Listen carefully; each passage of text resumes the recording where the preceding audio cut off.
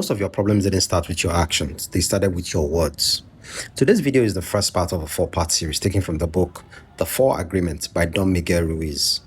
This book isn't loud, it doesn't motivate you, it doesn't push you, it does something more uncomfortable. It shows you how many of your struggles are tied to invisible agreements you've been living by without questioning them. At its core, the 4 Agreements is about freedom. Not freedom from people, but freedom from the beliefs that quietly control you. The first agreement sounds simple. Be impeccable with your word. Most people hear that and think it just means don't lie. But that's surface level. Your word isn't just what you say to others, it's what you say to yourself when nobody's correcting you.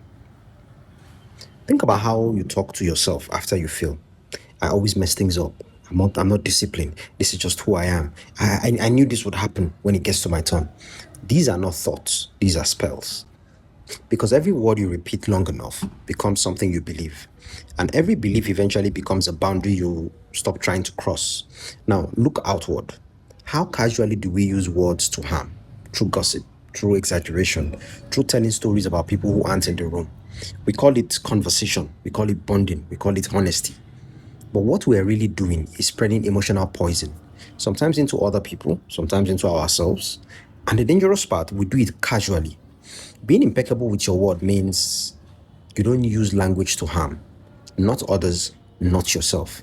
It means you don't say things you wouldn't want to become true. It means you don't speak from bitterness, then call it truth. It means you understand that your words are creative. Your words are either building something or slowly corroding it. Let me ask you something uncomfortable. How much of your current reality was spoken into existence by the way you talk about yourself? Here's the quiet truth. You don't just live in the world. You live in the language you use to describe it. That's why this agreement comes first. Because before habits change, before relationships heal, before growth even begins, the way you speak has to change. And when your inner world changes, your outer world has no choice but to follow. This is the first agreement, and this is only the beginning. The next one is harder because it challenges how easily we are offended and how much power we give to other people's opinion.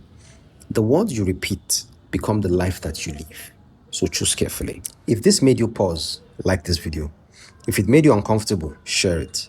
If it made you reflect, save it for later. And follow now because the second agreement will challenge your ego even more.